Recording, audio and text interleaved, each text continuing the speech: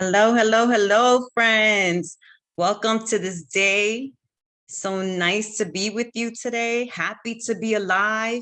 Another day above ground, another day to get things right. Thank you so much for allowing me to be in community with you all. Welcome. Hello, everyone coming in. Get yourselves comfortable. Grab your water, your tea, your coffee. If it's available, grab a sheet of paper, a pen, pencil. If you're creative beings, grab those markers for later on. Just have them handy and welcome. My name is Yuvelca Magdalena. I know that I'm new to many people. Thank you for having me, and I look forward to meeting you all shortly. Thank you.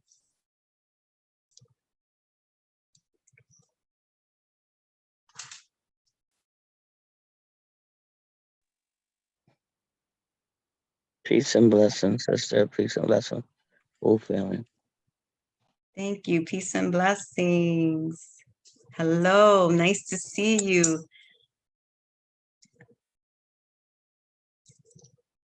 Hello.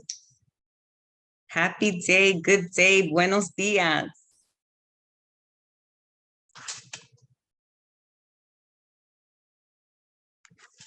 So excited to be with everyone today.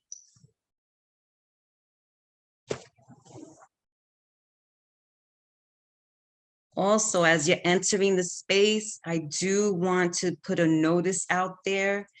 Heavy topic might cause some triggers, so be mindful of that. Some things might come up, but we all will be holding space for each other.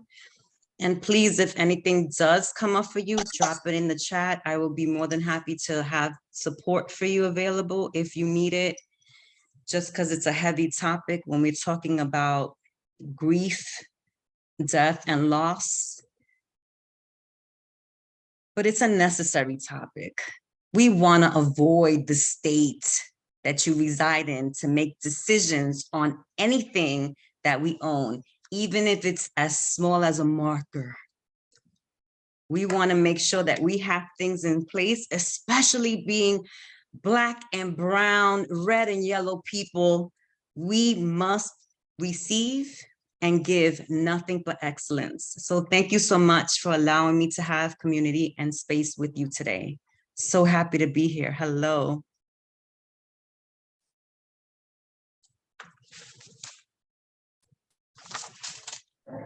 Good morning, Yuvelca. How you doing?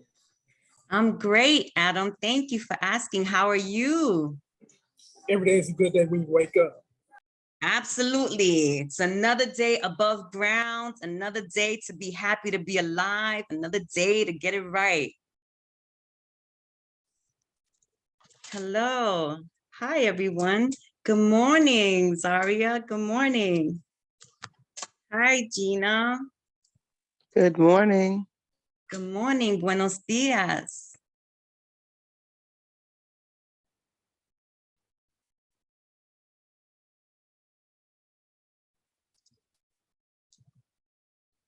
Hi. Hello. I see everyone coming in. Thank you for joining us. Thank you for giving up your time. Hi, Kaisha. Nice to see you. It reminds me a little bit like Romper Room. Hi, friends. Hello. Welcome. Good morning.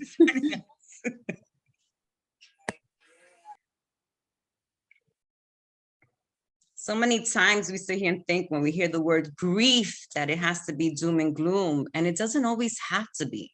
But there is sadness, there is confusion in that space, and there are other things that come up for us. But at the end of the day, when it comes to this particular topic, we do want to leave our families in order and not in chaos and not in extra grief. And I'm looking forward to having that conversation with you today. Hi, hello, Jennifer. Buenos dias, good morning. Buenos dias, good morning.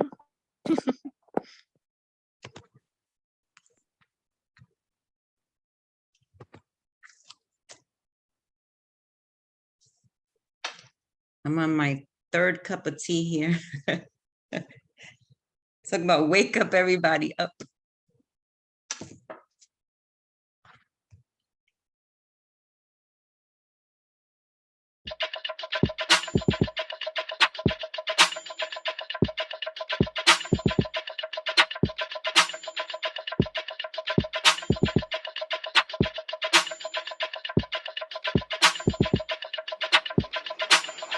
Wake up, everybody. It's time to get up. Wake up, everybody. It's time to get up. Stay woke, stay woke, stay woke. It's time to get up. Stay woke, stay woke, stay woke. It's time to get up. We're healing, we're dealing, we're growing. Together, together, releasing. We're teaching, we're moving. Together, together, we're learning, discerning. We're striving. Together, together, we're leading, connecting, transforming. Together, together.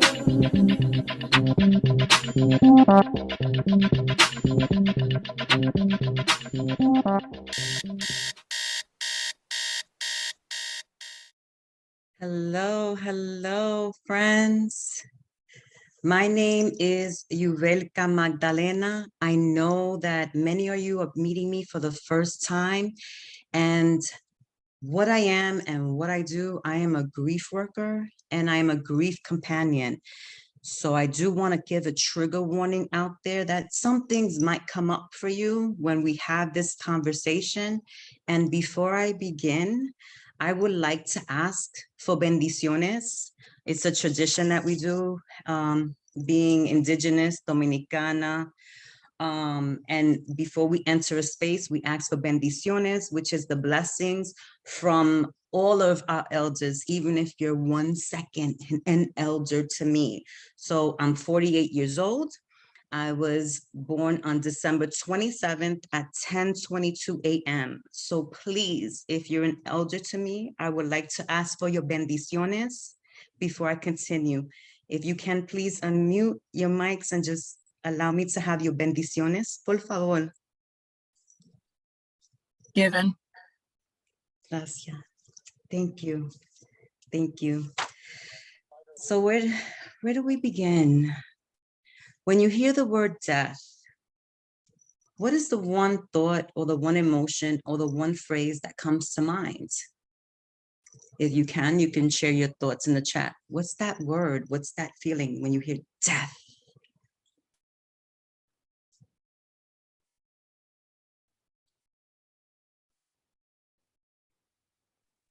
Good morning. Morning. Good morning. This is Gina. Just now when you said it, the word that came to mind was no. Yes. And I'm complete.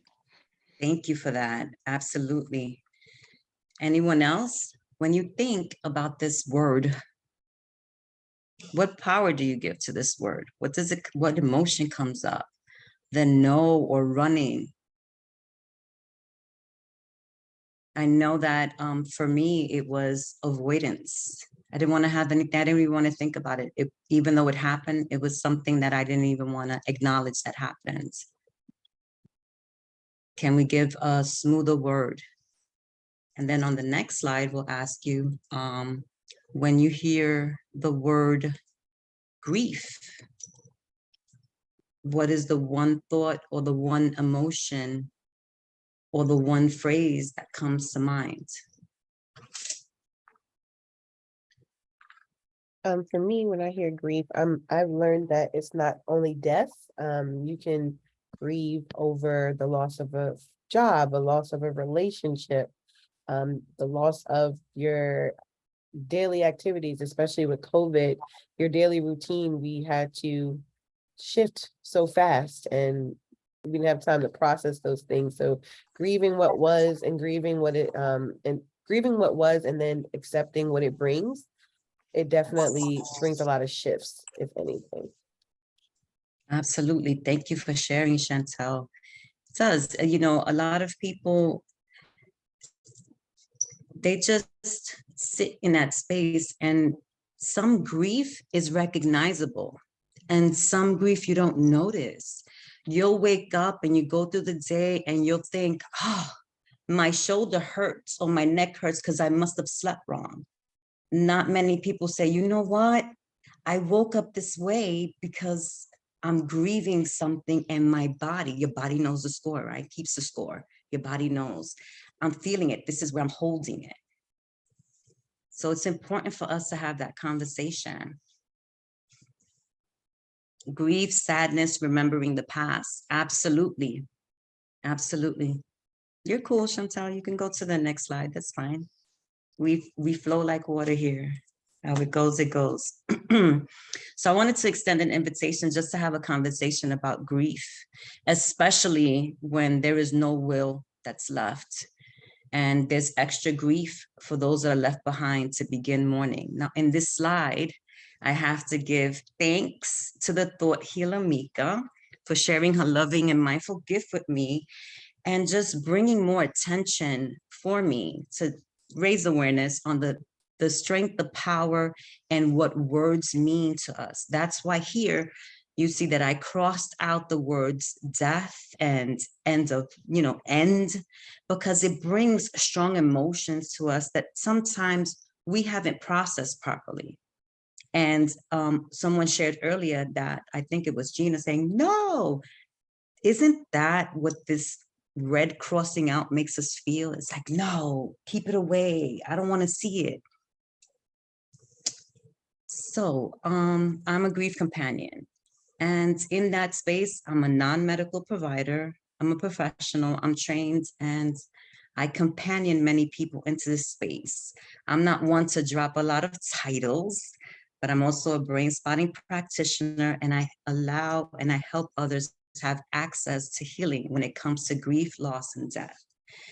And once again, as we grow and evolve, so should our language grow and evolve, because as Mika helped me to understand a bit further in talking with her, people receive words and languages differently. So I need to be mindful of how I transmit and how others are willing to receive and listen in. I'm still getting accustomed to checking the chat. So I appreciate you. Thank you. A little bit of what I do. I still am hesitant with the titles because in the population and the communities that I serve, titles bring about shyness, fear, misunderstanding to them. They just want to know about the work that I do. So I don't go dropping and saying, oh, I'm a Brainspotting practitioner, I'm a trauma informed. That's too much for them to receive. They just want to be in my company, me to be present with them and just to do the work.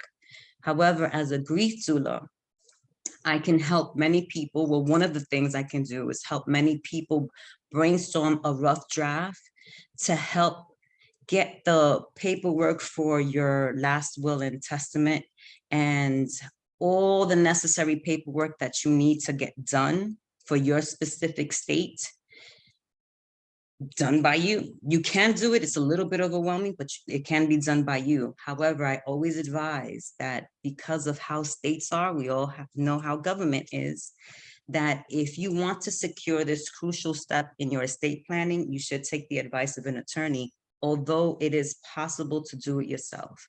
We are currently doing it ourselves. And if you leave this type of work undone and leave it in the hands of your loved ones after you pass, after you transition to an ancestor, this is where a lot of the work begins, and it adds extra grief to them because they might not know or recall, because trauma has struck them. They might get stuck. They might not recall what it is that you want or how you want to do things. And usually when it's like, for instance, me, when I was left in charge, I'm like, what's the percentage? Like, Did he have a favorite? Does she have a favorite? Because these things you can take into consideration when you're doing your paperwork. Who did you have a closer relationship with?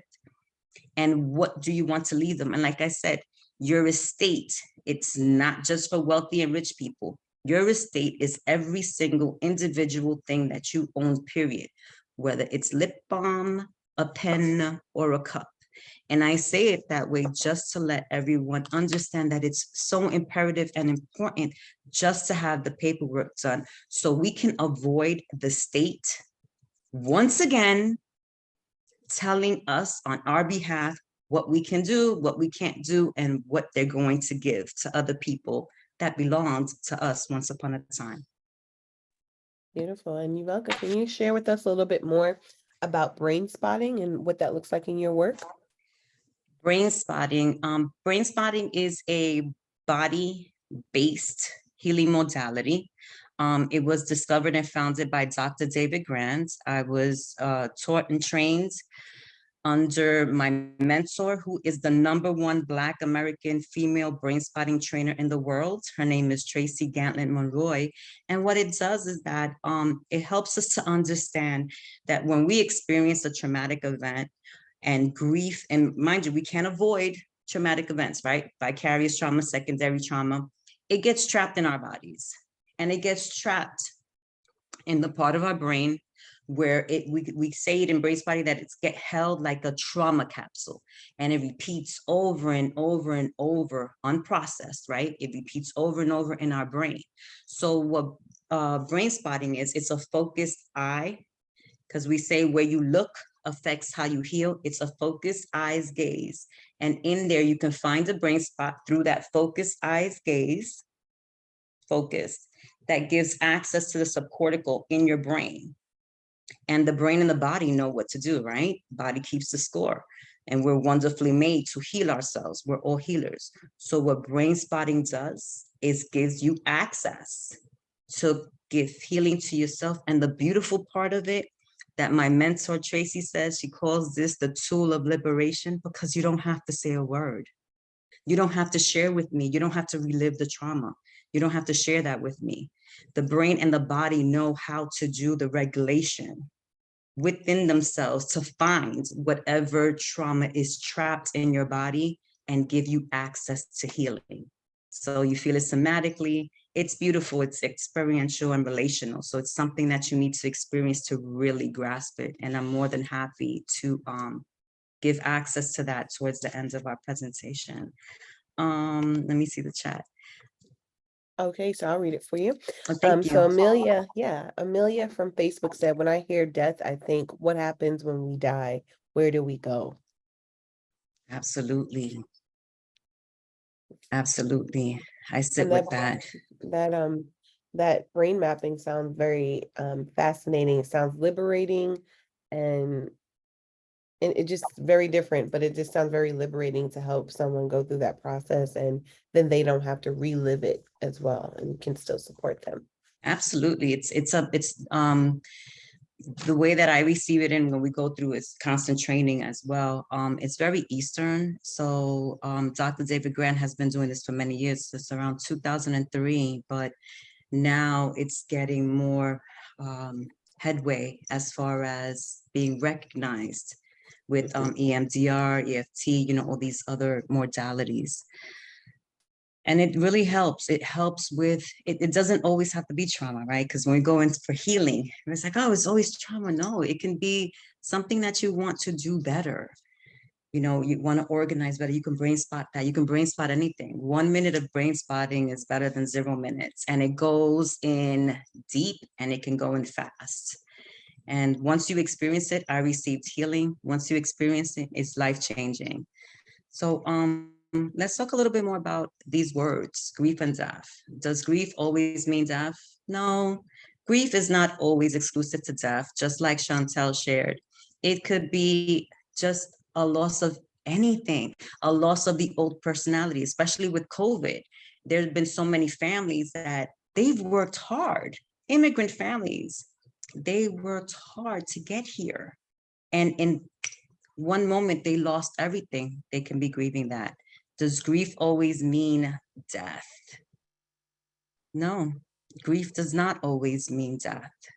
And the beautiful part of this, that it also brings it back to us. What does that mean to you? What does that mean to you? You can be a collector of mugs. Here comes your grandchild. Oh, I want to take a drink of your tea. Your grandchild takes the cup and drops it. The cup breaks.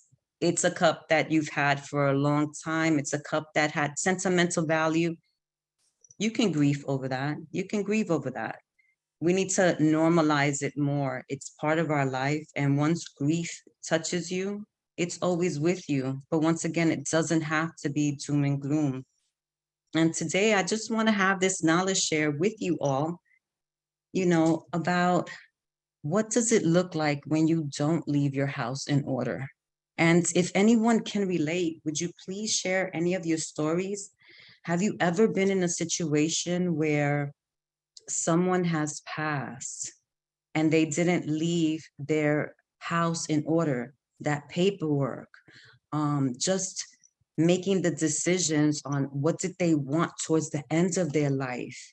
They could be in the hospital and they might have not left a healthcare proxy, or they might have. Have you ever experienced anything like that? And what was that like for you?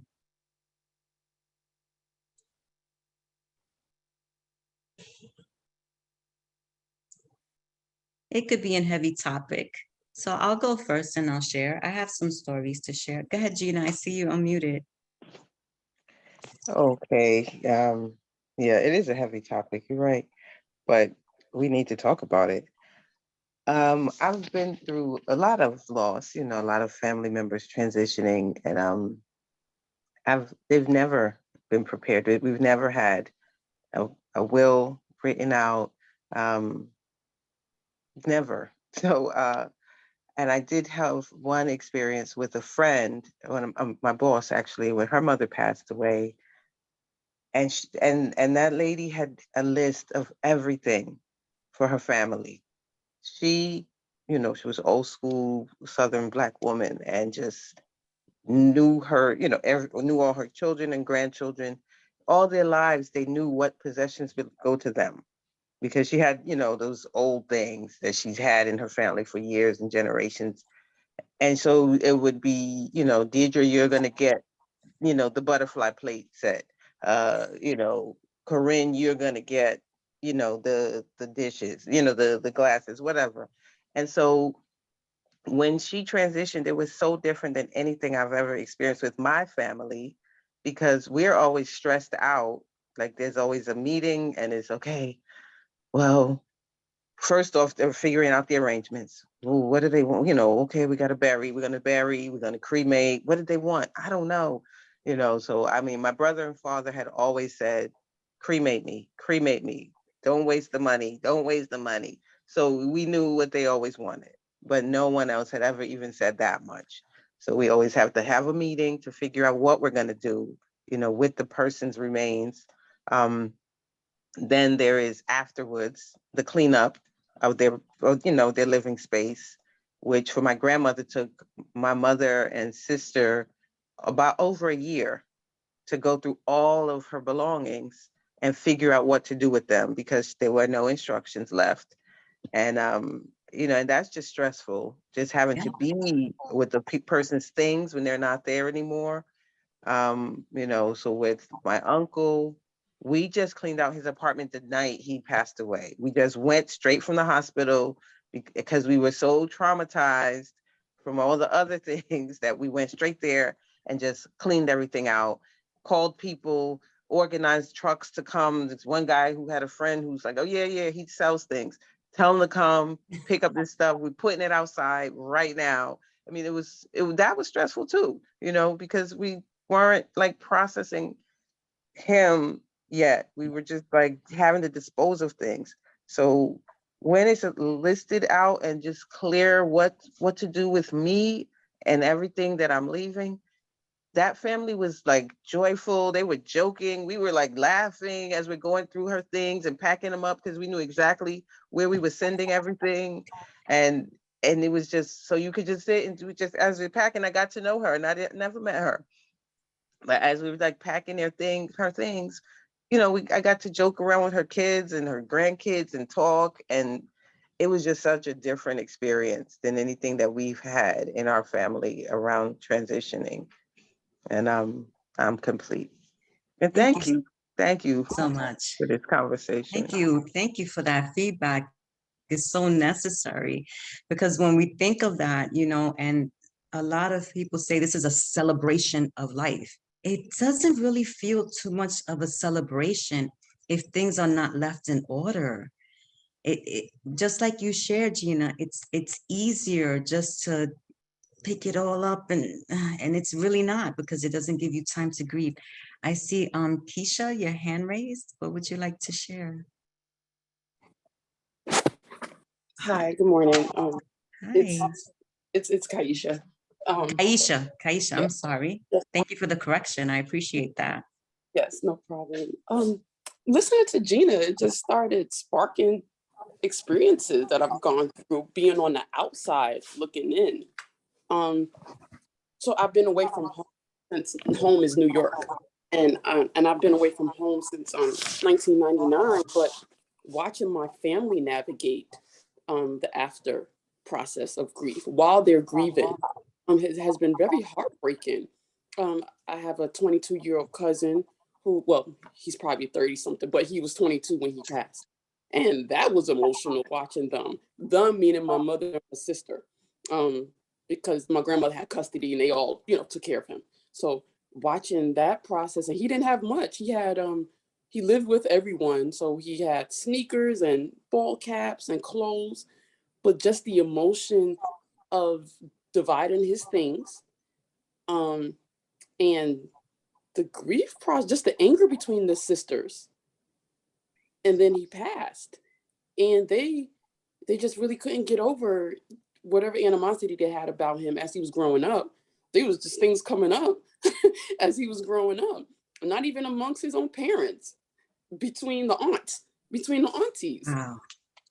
But then my grandmother's passing, oh my, you know, I don't think she had a will, but she did have a lawyer.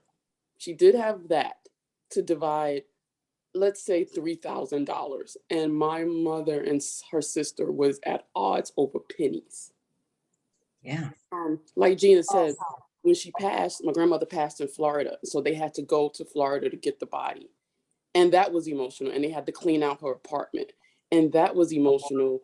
And it was a lot of, like you said, they wiped the apartment out. So neither one of them had time to shift.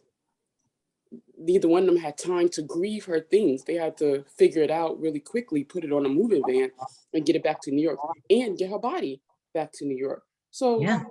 it's like you said, while you're grieving, but you don't have time and you have to take care of business right away, that's the hardest. So then it became really serious. My mother had my grandmother's furniture in her home. Maybe 2 or 3 weeks, her apartment caught on fire. And my mother's grief just, Yeah. my mother's still going through it. Hits the roof. Yeah. And the thing is that your body keeps all of that in. And if you have no way of processing that, that stays with you on top. They call it the onion, right? We always talk about these. This is nothing new. Yeah, It layers. keeps the layers, the onion. Do you add on, right? Does the onion get bigger or do you peel it back? And some people just stay in there over the years. Yeah. And one significant argument, it ended between the sisters. It ended, you ain't never got to talk to me again. You ain't never got to talk to me again. Over pen, and I'm on the phone listening to my mom, and I'm like, Mom, y'all are fighting over pennies. But your grandmother shouldn't have put her in charge. You know, it's like, Yeah.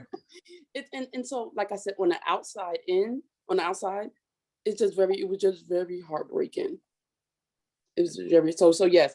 From my own experience, I've only verbally told my older daughter what to do, but this is I have to put it in writing. And I recently last week I told her, she's 21, my youngest is 14. I said, your father might I'm single. It's like, your father might object, but you get your sister. I need to put that in writing. Yeah. It makes it a lot easier, absolutely. And the thing is that we can start them even small. You know, I do that with, now that we're grieving, you know, we're actively grieving my father-in-law. My 6-year-old, you know, I tell him all of these things are your estate. You can divide your toys. So he took some of his toys and he wants to put it on his site. We need to realize that this is all part of us. Everything that we own, everything that we are, has our energy. And we are our estate, everything. Thank you for sharing, Kaisha. I see the chat going and I see hands raised.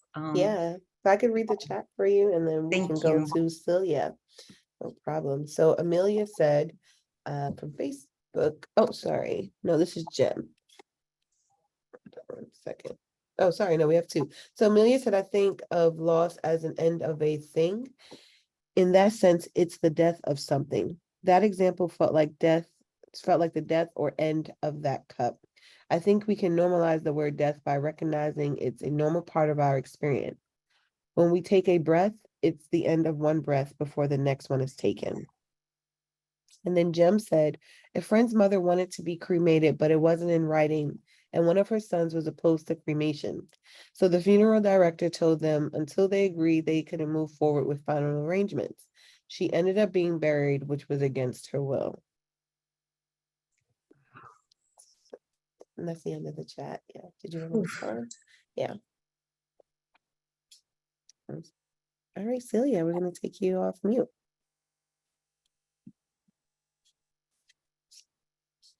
Hey, Celia, you still there? All right, we'll come back. So, Afriye? Can you hear me? Yes. Yes, good morning. So I've had, when I was growing up, 2 deaths, my little cousin and then my grandmother. So I was just, young and really not involved in all the process. Then later on, as an adult, my dad died, but he's in the Virgin Islands. I'm in New York. Get a call suddenly. He fly down. They tried to get brothers and sisters together, and nobody cared because he was not a great dad, that kind of thing. So this was very, very stressful. And going over there, nothing in place, can't find people, went into the apartment, stole his passport, this and that. Luckily, I kept in touch with a few people there. One of my professors who had now was now with a detective with the police department, and I had a lawyer friend. So without these 2 people, it would have been, hell to, get things done.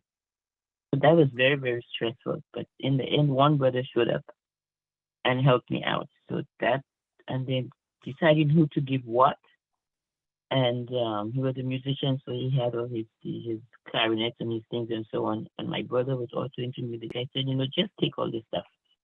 And I held on to like the passport, not the passport, I found his naturalization certificate and his birth certificate and some ID. So I held on to that and had to give away tons and tons of clothes because he was a dapper, like to dress, give away all that stuff. But then not having any, support in something like that, it stays with you, because even today I often wonder, even if he was not that good of a dad, but he was still your dad, how could you not even care, And I remember saying to one sibling, what would you say to your children when they ask you about their grandfather? Where was he buried? Where you have nothing to say? And this, even to this day, this bothers me. And this was what my dad died in 2005. And so that was that. Then I had a situation with my mom. Always took care of her and all of that, brought her up here and all of this story. The lady gets sick and she's dying and everything, had surgery, all of that. My sister, she comes up here and she says, oh, why are you prolonging the lady's death? You have her hooked up to all these wires and everything. And I am like, I am not pulling any cord, any wire or nothing. Just in case something should happen, I don't want to be blamed that I'm the one who killed her. Let nature take its course. Went home, came back. My sister had the people in the hospital take everything off. And she said, I said, but I am the medical proxy. She didn't care. And then you have the oh, well, my mother said, this earring is for you and this chain is for you. But that's not in writing. Once the person dies, it doesn't matter what you say when you're alive. But once that person dies, then you see all the ugliness coming out of your siblings.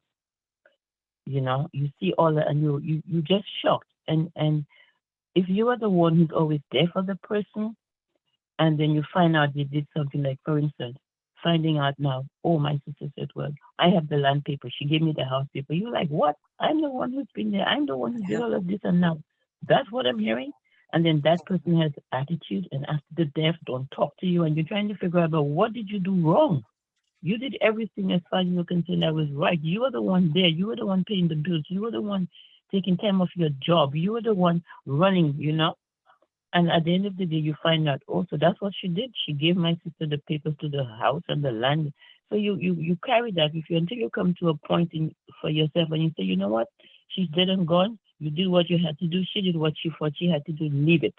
Because if you don't do that, you'll be a miserable person. And you will be always doubting yourself and wanting to know what you did wrong. And I came to the realization that I did nothing wrong. I did everything that was right. And if my sister wants to be a BITTH, let her be that way.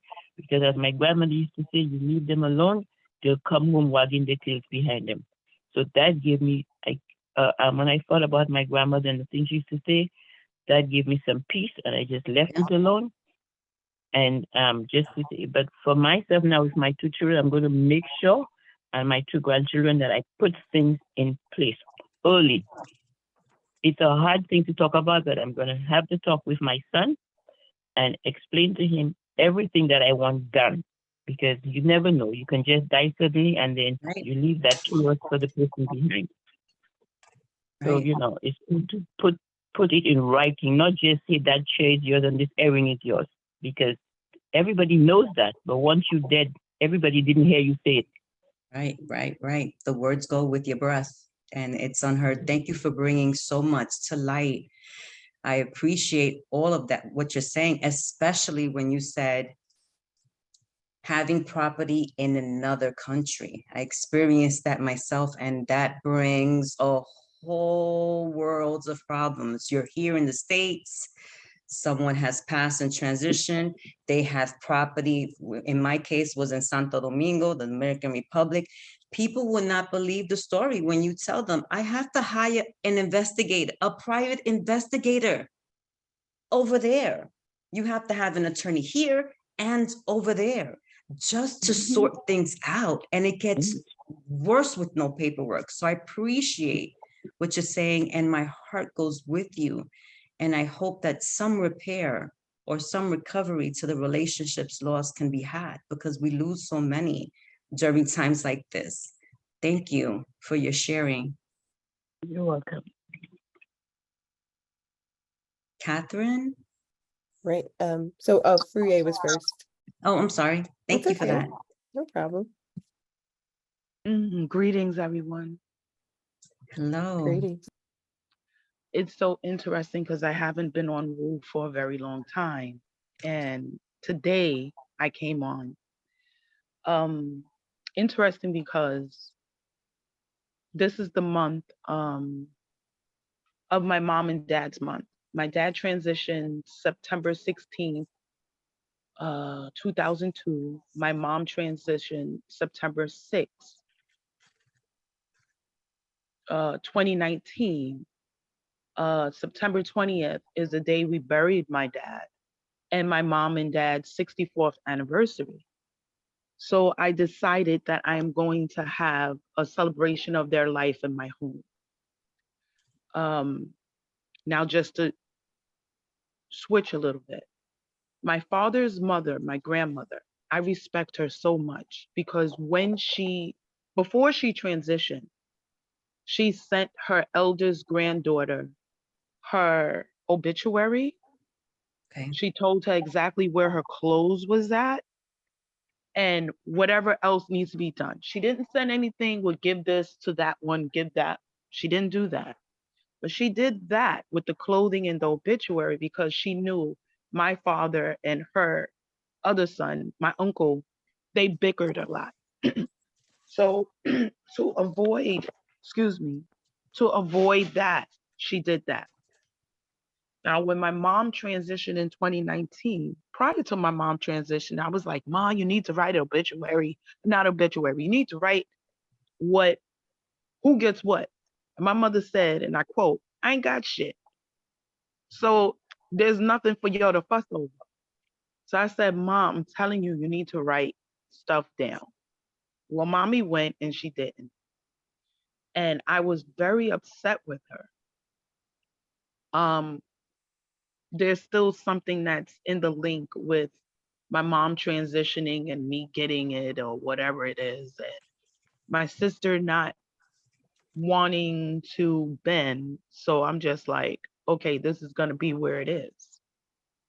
And on this conversation, there's so many things that I'm realizing for myself. And I look at the stuff in my house and I go, well, I ain't got nothing. Sort of kind of with my mom's feelings and emotions. However, I realize, Afriye, you do have something. And the emotional piece behind it that someone spoke about, an outfit, a pocketbook, is something that someone in my family, perhaps my granddaughter, my son, may have enjoyed and liked and always wanted it. So for me, there's this aha moment to where it's like, it is important to write it down. Yes. And when the time comes, because we never know when the time comes, let them see it on paper and then decide, I really don't want this. I'm going to give this to you. Or even, I don't want this. I'm just going to trash it. It's so very important. And I thank you and those that shared for sharing, because now my mind is becoming more settled with the what to do's and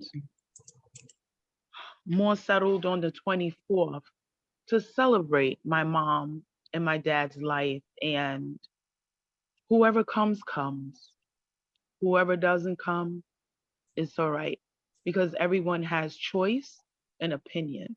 And I don't know how the 24th and that celebration will affect them. Right. So honoring them in that way and honoring myself in the way I want to honor my parents' life together. So thank you for this. I really appreciate it. Thank you so much for sharing, and my heart goes out to you and with you. And thank you so much. It just makes me feel like I am in alignment in what I'm doing and in what I'm called to do, because all of this spun out for me during COVID. Before COVID, I was a birth and postpartum primarily doula.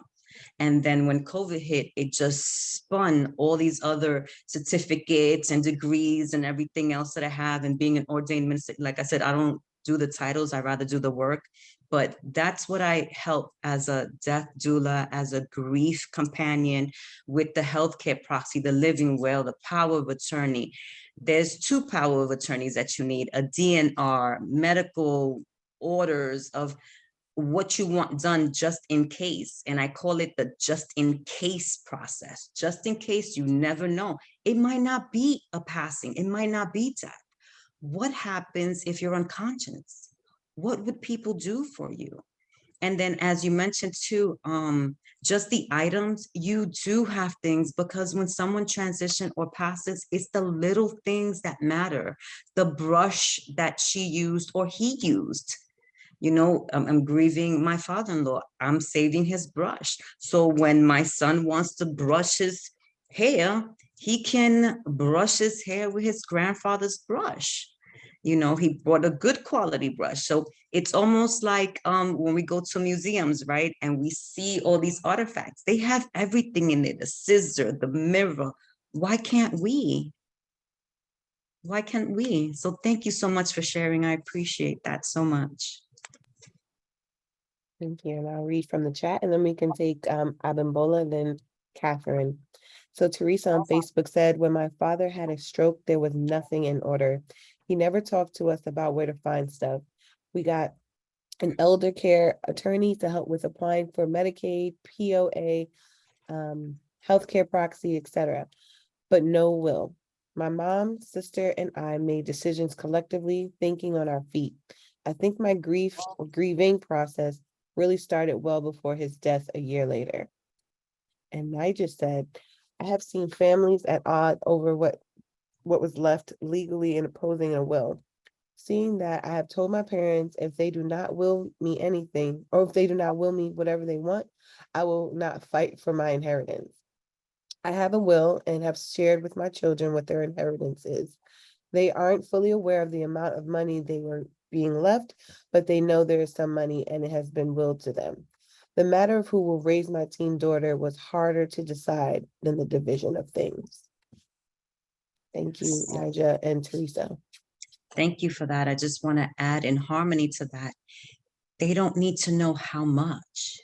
No one needs to know the value of what it is that you have, because this goes on the flip side. What if you do have wealth beyond wealth? They don't have to know you're going to get $1.7 million. They don't have to know that. You know, these things can be safeguarded. The whole point is just to have it done. And this is where in the United States, not many people hear of death doula because they run away from, oh my gosh, death. But it's the ending of things, but also the beginning of other things as well. And I'm just happy to be able to shed light in the work that gets done. You have someone with you, a companion with you, to go ask the tough questions. So at least you get through the process of the paperwork. And you know what? Nothing is set in stone. It can always be changed. And you could even write a document against the documents of the original will. For instance, if you were married or you had a good relationship, you could do like an amendment or an addendum to and say, you know what, if we don't have a good relationship by the time I pass, this thing that I said that they can have, or this, please send it to their children, or to anything is possible. And we just need to be aware of that. So thank you so much for your share. Ari Abimbola. Yes. Yes, blessings. I live in Georgia and I'm on my way home right now from just buried my niece on Wednesday. And just want to share experience for the community. So my niece was 57 years old and she passed from brain cancer, but she was sick for a while. But she didn't have a will. And she had my sister's 87 and she has a son. And there was a problem in terms of who was going to do what, because my sister wanted to take over. But the son, the oldest, he was the next in line to take over. However, I was able to, from Georgia, assist. And but so in terms of the obituary, so I wrote the obituary and with the support of the son and my sister, put everything together. But I want people to know from this experience that I'm going to write my own obituary. When I wrote the obituary and I gave it to, sent the copy to my sister, I sent it to my nieces. Don't put this in it. Don't put that in it. It's important. We don't want to do it, but write your obituary. I did my niece justice because I knew what she wanted and I had to reword certain things, but it was important. And like when people were saying about the, it's important. My niece, she didn't let us know about her insurance, didn't let them know, but they had, everything worked out. I don't want to take up too much time. Everything worked out, but it's important, like people were saying, put stuff in writing, what you want, and know that if it's a mother and a child, the child is next in line. I have all my stuff in place. I have a will. Fortunately for me, I have one child. She knows everything and I told her. But she's not happy But I did tell her my wishes. But the bottom line is when I go, she's gonna do what she wanna do. So so we have to understand that, you know, and I'm complete. I'm in South Carolina. I just left yesterday and I'm not home yet. I'll be home today. But I just want people to know that it's important. Put this stuff down because the family, like someone else said, they're gonna argue about this and that. And I'm complete. Thank you. Thank you. My heart goes out to you and my condolences to you and your family during this difficult time. Thank you for shedding light to that. And as you said, the family fights, but if there's no will, can you imagine it happens? The family is fighting, but then the state comes in with their laws, and then they decide who's next in line and what's the division, whether you agree with or not. And when you write your will, you can put anything in there, folks. And like I said, I'll extend myself with an offer. I'm willing to help because this is near and dear to me because of my own personal experiences as well. It's important for us to have this in place, as they say, when you get married, in the honeymoon period. When everything is happy and everything is great, just jot it down. It can always be changed. Nothing is set in stone, but this does offer protections to you and your loved ones. And it gives them comfort too, that they're making some kind of a decision along the line of what you have wanted. And it also gives them permission to say, yeah, she gave me this, but no, thank you. It gives them that permission and it helps in the grieving process. Thank you for sharing. All right, we're gonna take one more share from Catherine and then we can jump back in. Yes, grace and peace, love and light to the community on this glorious day. Thank you, facilitator, with your beautiful voice and your beautiful face and your important information. Thank you so much. I wanted to share that one of the reasons why I continue to do this life work, and that's how I see the Wake Up Everybody community, and now that I'm involved with Be the Tree, the life work affords us a freedom when we have to make decisions. And I love hard conversations. I do. I've always been attracted to deep conversation, hard conversations. And I'm going to talk to you later too, because I was exploring my next season of life. And for some reason, I'm very comfortable with being with people when they're making their transition from this planet to wherever they go. And so I'm just inspired this morning about the energy that I've put into life work, finding out who I am when life happens and embracing the beauty of being with someone when they're getting ready to make their transition and disconnecting from the things that hold us hostage. You know, that story you told about the brush that warmed my heart.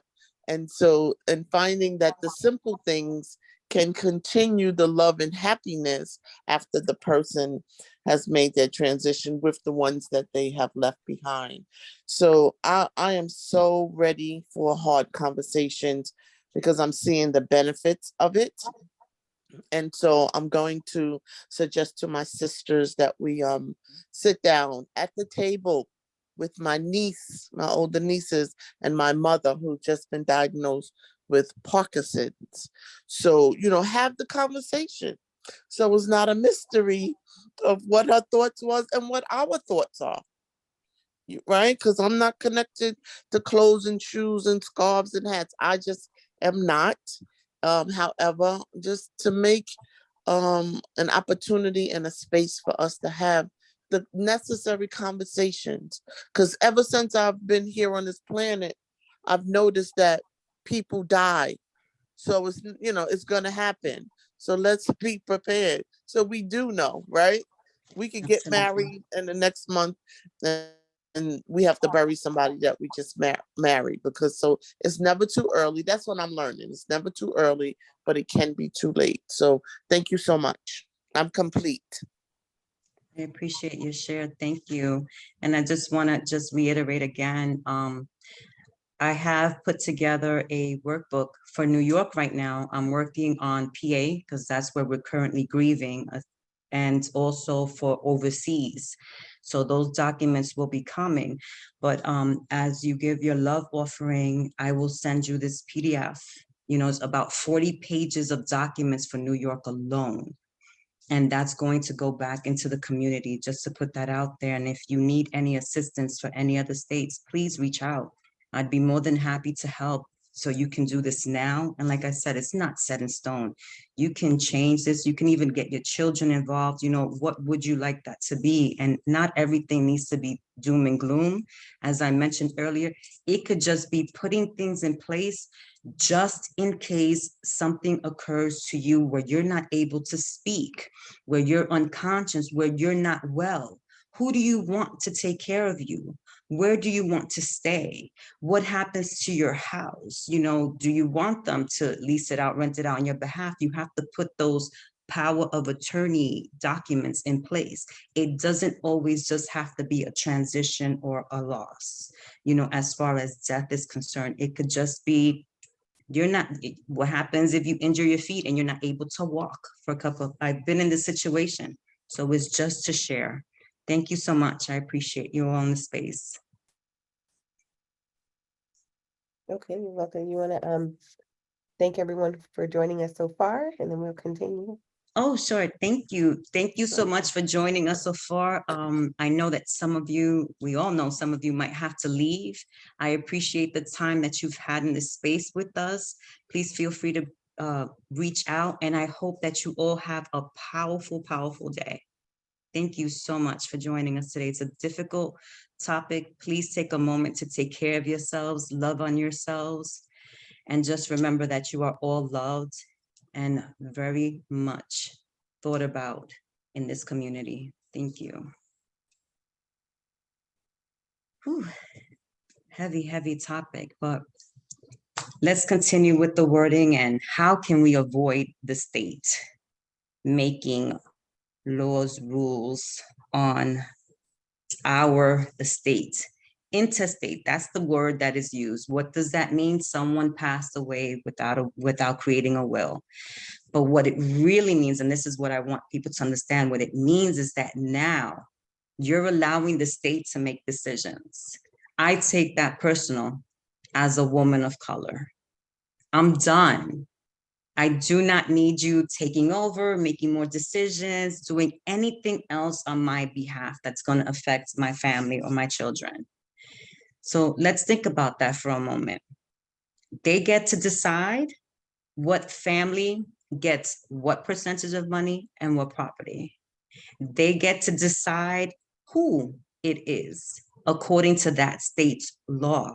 So what if you don't know this family member and you haven't had any connection with them? Why should they receive anything from your estate? Or should they? If you don't put that in writing, the state gets to decide. And also what I recently found out, in some states, they'll put a publication out in the newspaper.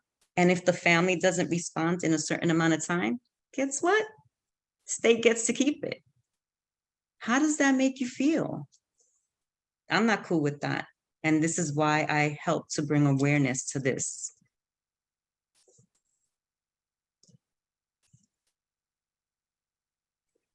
Now, with everyone sharing, I just wanted to give a brief connection share. Currently, my family is grieving one of our elders.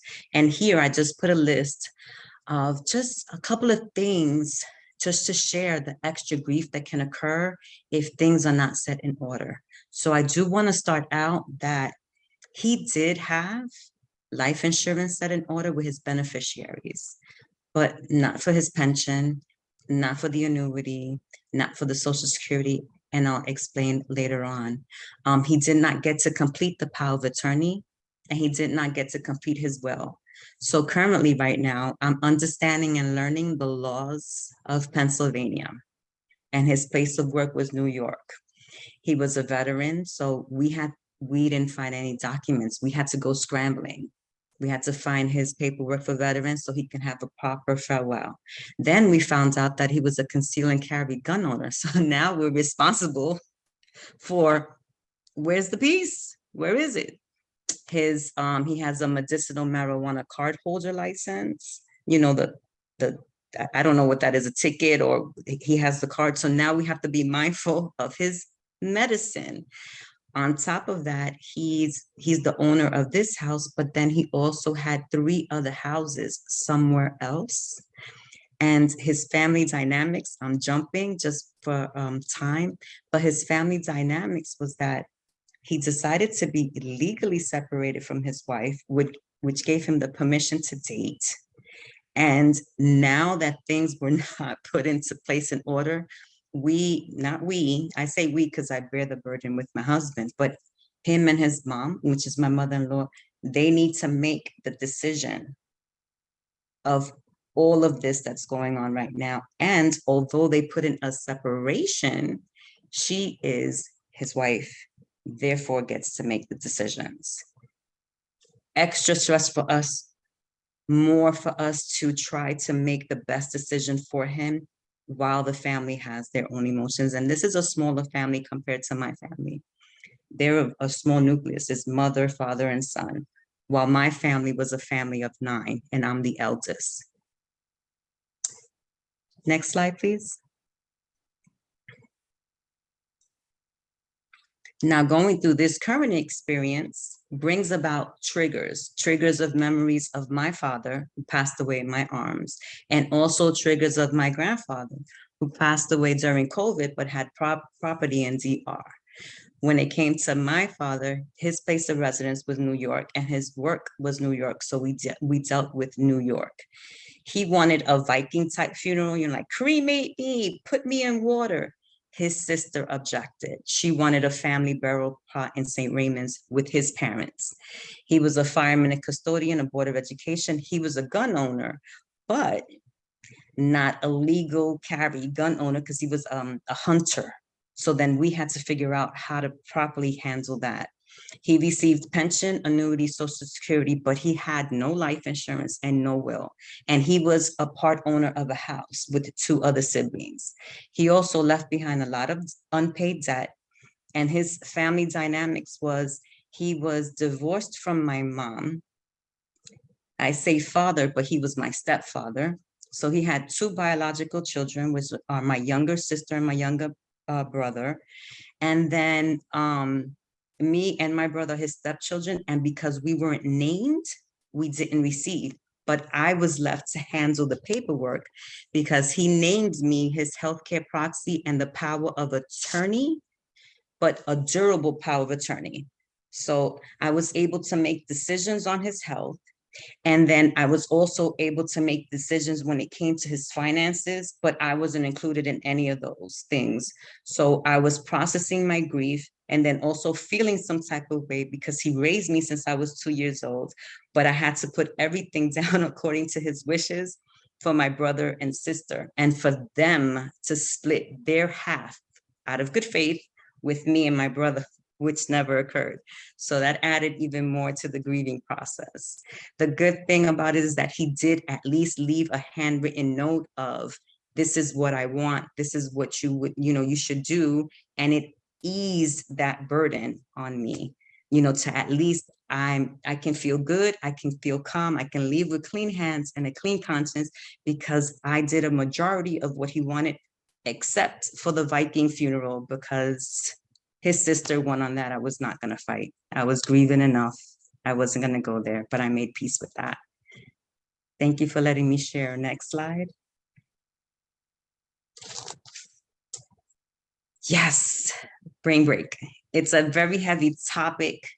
So if you can, take a few moments just to stretch, give yourself what your body needs, grab some water, have some tea, and about this time, if you can and you're able to grab that sheet of paper and pencil And maybe we'll have enough time to do a short activity to help with just noticing and processing some grief. In some workshops that I do, I just shrunk it down a bit so that way we can just release some of whatever we're feeling. And I'll check the chat if possible. Yeah, so let me read some of these responses. Thank you. Welcome. So Nigel said, we did a medical POA for my son before he left for college. He asked if he needed a will, and I told him he didn't need one because he didn't have anything. In this conversation, I'm learning that he does have things and has a right to leave those things in a manner he wants. I will have him reach out to the attorney to get a will for himself. Awesome. Thank you. Stacy said on Facebook, thank you for your presence and service. I have been in a conversation with myself of becoming a chaplain. I was going to get certified this year. I will be by next year. That's right, Stacy. Nice. I lost my dear cousin yesterday, and now I am connected and assigned to people before they transition. And I know that I am connected to and assigned to people before they transition. All right, and we send our condolences to you, Stacy. And she also said, it's interesting that we prepare for birth, but not as rigorous prepare for death, the end of someone's existence. What an honor it is to send them to their new home in peace and integrity. Context is decisive. I'm really going to keep death as a beautiful farewell and honoring of their greatness and how I can service them powerfully and joyfully. And we agreed that you do have a soothing voice in the chat. Thank you. And that helps with a topic like this. So thank you. Stacey also shared death is inevitable. So let's get created as a space. So let's get it created as a space of love and honor. Absolutely. Thank you so much. Peace and blessings to you all. Thank you for your share. All right. And do we want to move on, or are we still on our brain break? We can move on. I would like to do share the activity because I don't know who has been, triggered. It's a very heavy topic, and I just want to be mindful of that. So I wanted to share this slide because this is what brought about the idea of this activity, that we grow around grief. A lot of people think that grief just takes us over completely and that we will be this way forever. We don't see that small light at the end of the tunnel. However, as you can see by this graph, slowly grief does get smaller and you do grow bigger, but it never goes away. And this is not something to be fearful about. Oh my goodness, grief is always going to be with me. It is, but you just grow bigger around it. And that's what our activity will be around today. Just to shift us out of the heaviness and into a creative way to process just a little bit of that grief that we might be experiencing individually and as we all share, right? Because we cannot escape vicarious or secondary trauma just by listening and just feeling the energy coming off of the screen. We are all connected in grief together. So if you have your paper, I'm going to do this right along with you. If you have your paper and pen, you don't have to draw the circles like this, but this is just going to help us explain a little bit of what this activity is about. And it's just a noticing. It has a little bit to do with what I also do with Brainspotting, and a little bit also as a grief companion. We think about zones. It's almost like a garden to me. And I'm sharing how it works for me, and maybe this will inspire you and give you some ideas yourself. Of 3 different zones, 3 different areas, 3 different vibrational spaces: your body, your physical body, your house, your physical house, your home. I say house because in certain situations, your house might not be a home, but it is a house, it's a shelter. And then the outer zone, the outside spaces. And I see a lot of comments coming in from the body. So this would be great with this activity. So on your paper, let's focus first on the body. And we'll keep it simple and we won't get too deep. If anyone needs any further help or assistance, please reach out. Like I said, I'm here and available. So let's focus on our body. You can write the word body on the paper. And as you write the word body, just notice as you're writing it, what feelings are coming up for you? What shape is coming up for you?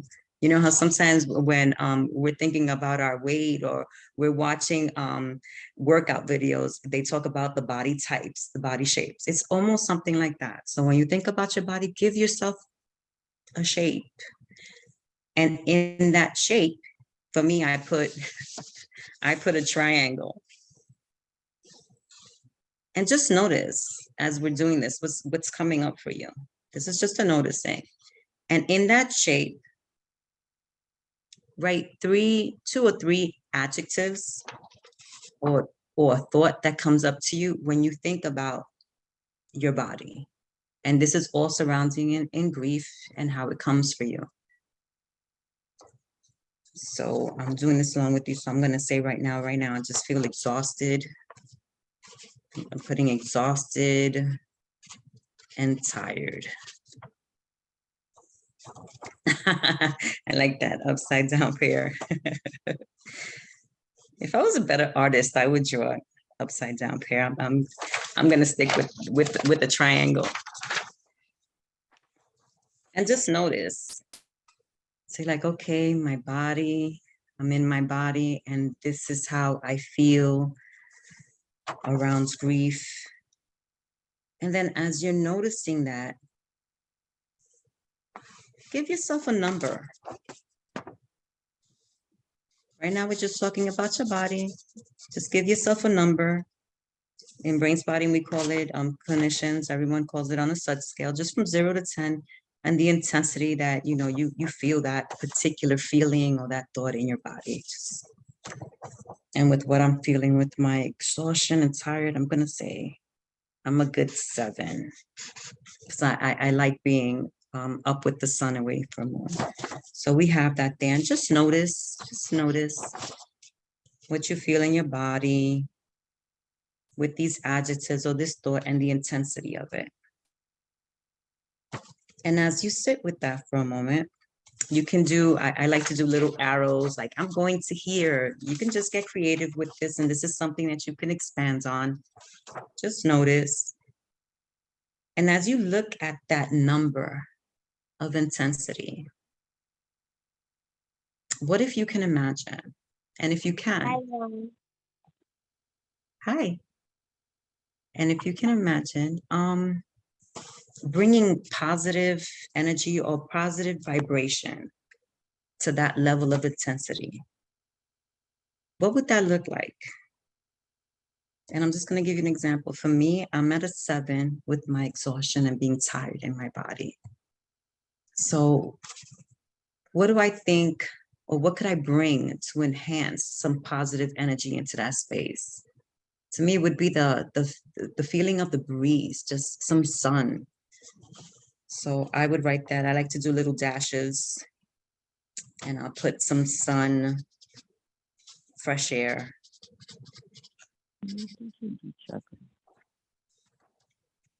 And that's your body zone.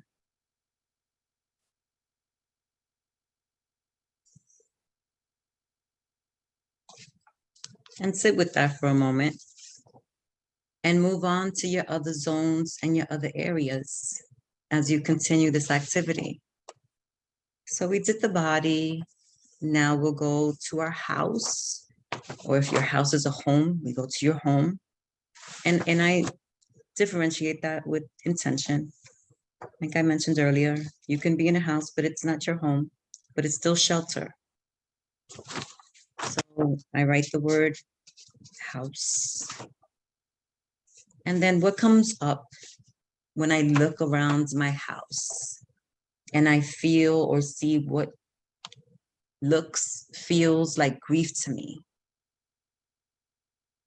And you can either identify a space or you can identify adjectives like in your body. And for me, I don't even know what to call that space over there. I'm just gonna put that space over there, that room over there, that room. And how does that room over there makes me feel? What's coming up for me? And what's coming up for me, I'm gonna put, just come up, right? What comes up for you? I'm gonna put the clutter, you know, unpacked boxes and unemptied boxes. So it's like a filling and an emptying. And just notice what comes up for you. And then once again, sit with that for a moment with love and understanding and curiosity, and just rate the intensity of that. For me, when I look over there, I'm like, oh, I'll give myself an 8. I'll give myself an 8. The clutter really bothers me in that space. Whether it's a little bit or a lot, it's just, it's holding energy that's not beneficial to me. So I'll just sit with that. Makes me feel some grief. And I'll just put it 8 because I really don't like that. Just, I feel it in my body. And even with the part of your house, you could even identify where you feel that in your body. Where do you feel that? With me, I feel it in my hands. I want to do something. And just notice what comes up as you're looking at your paper. Now you have down your body zone and area and your house. And just give yourself a moment and just think as you look at this level of intensity. Can you imagine what can you do to bring positive energy into that space in my house? With me, it's just making the time and space to put things in their place or to donate them. So it's keeping my hands busy to organize. That's what I'll write down. And you just write down what comes up for you.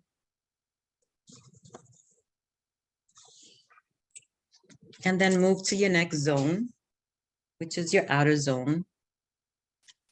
And the outer zone, I left it without a circle because there's more zones, of course, because that's something that we can't control.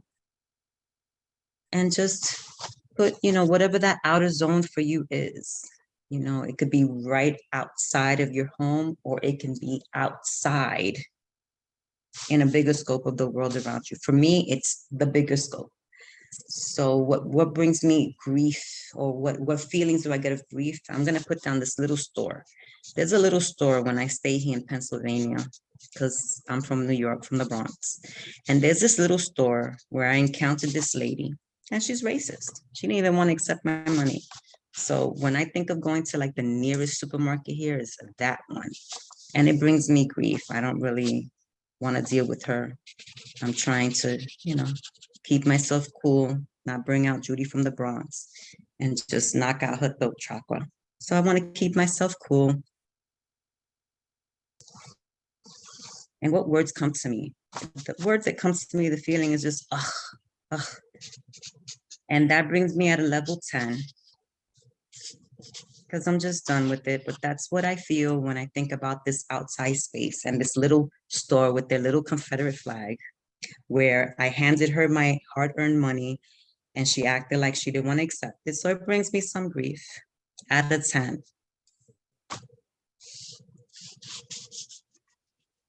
And then when I think about what I can do to bring positive energy in that space, to be nice, I'll just think about building my community. Not really. I'm thinking about like calling in all my abundance and shutting down her little grocery store and building up a huge store of all our international foods. But I'll let the almighty source navigate that space for me, but I'll just put down building community and I'll sit with that.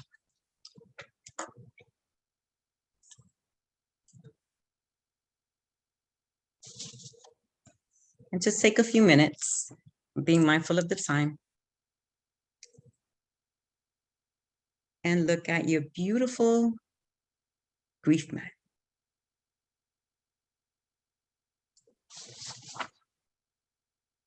And just notice what feelings come up for you on that. And this is an activity that you can continue to grow. I actually brought up, I'm old school, so I call it an oak tag. I think they call it now poster board. And I'm going to expand it and add colors to it. My son got me. I had this nice, beautiful, no, he didn't. Had this nice, beautiful pack of markers that I'm going to color it in and fill it in and truly grow my garden. And just be mindful of the time. I'll end with that there. And if we have a few moments, I would like to hear if anyone cares to share about their experience with this quick activity to process some grief in a creative way.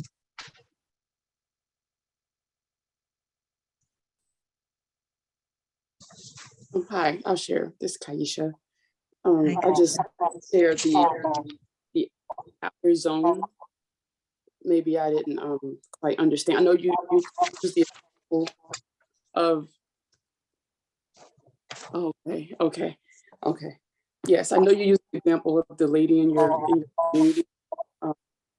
So I didn't know what to do. So I'm glad you did, because when we talked about different types of grief, I put in the communication with my husband on a co-parenting level.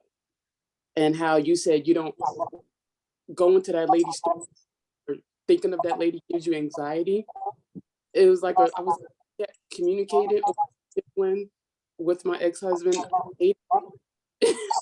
And I remember telling someone, a mutual friend said, hey, if you ever talk to, your ex-husband, tell him I said hi. And I told that person I will not. And they was I don't know, people live in a fantasy world thinking we communicate well, but, and so when you put that in the outer zone, yeah, that anxiety, that if I have to contact him regarding my daughter, I hate it. So I feel that anxiety that you have with going to that store or that lady. And so, and thank you for allowing me to address that, and maybe possibly that's some work that I need to do. Thank you so much for sharing and noticing. Anyone else would like to share?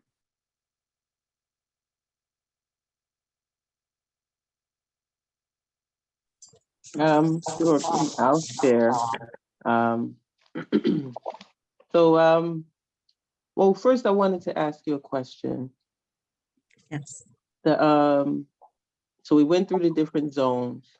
Yes. So when we're processing grief, over a person or a situation that's no longer, we would just, instead of saying body zone, like would we just put that person and then just work from, our feelings about that person, and then absolutely rate our feelings about that person, mm-hmm. and the grief of, that we're experiencing, and then look at what we can do to shift that. Right. Absolutely. Yes. Okay. It's an ever growing, and then you can add colors to it, because sometimes there are no words. Sometimes it could be a color, it could, I had one lady just get out a dark marker and just shade it out and just process that, because sometimes there are no words. It's just a feeling. Sometimes we grieve things in our body and we don't know where it's coming from. It could be from in utero, it could be pre-verbal, and it could be actually something that we've been experiencing now that we don't know where it's coming from. But if it's a person, I would highly recommend to do that and just sit with whatever comes to you without judgment, with a compassion for yourself, because this is your grieving process, and just write. There is no structure. That's why I love sharing mine. There is no structure. Mm-hmm. It's, as they say, better out than in. It's just to get it out and just to look and notice. Our brain and our bodies know what we need in order to have healing. We are wonderfully and fearfully made. We need to remember that. We are all healers. Thank you so much for Alright, sharing. I hope that thank helps. you. You did, and thank you so much for this exercise.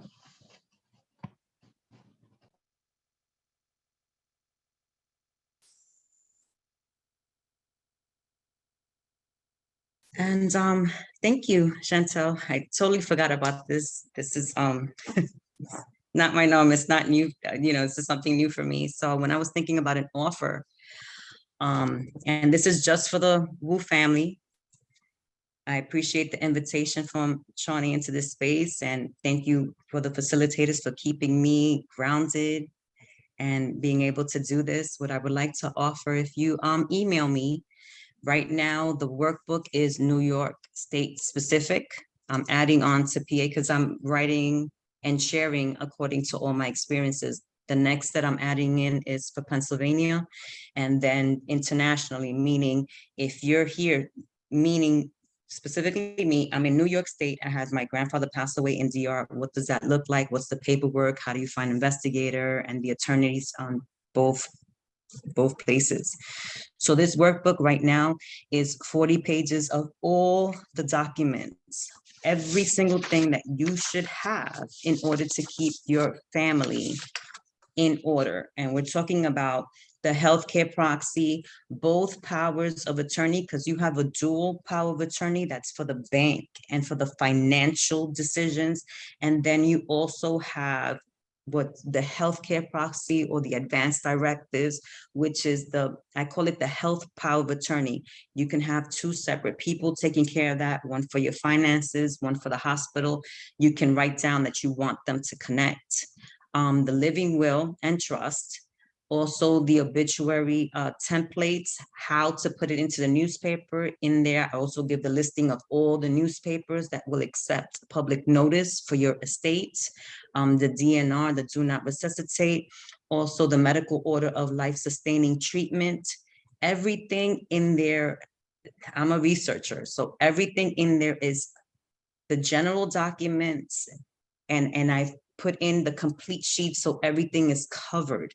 So I put links in there for short forms if you need a short form for now, but in that workbook are all the long documents. And also if you know of a death doula, end of life companion, broken heart, death workers, there's so many titles. You could even reach out to myself if you need help filling out this document, because it is a tough conversation to have. And at least you'll have a skeleton and a structure where you can continue to expand and change this. So that way you leave your family in order and you do not give access to the state in your state with their laws to make any decision on any part of your estate, even if your estate is just a marker. And I'm offering that here for a donation based. My services, meaning the 1 hour grief, helping you to fill out the workbook for $97. The workbook, you can have access to it for whatever love offering you want to give to Wu, and just send me an email and I'll be more than happy to send it out to you to get you started. So you have an idea of where to start and what you need to put together, and just keep going from there. Thank you for letting me share.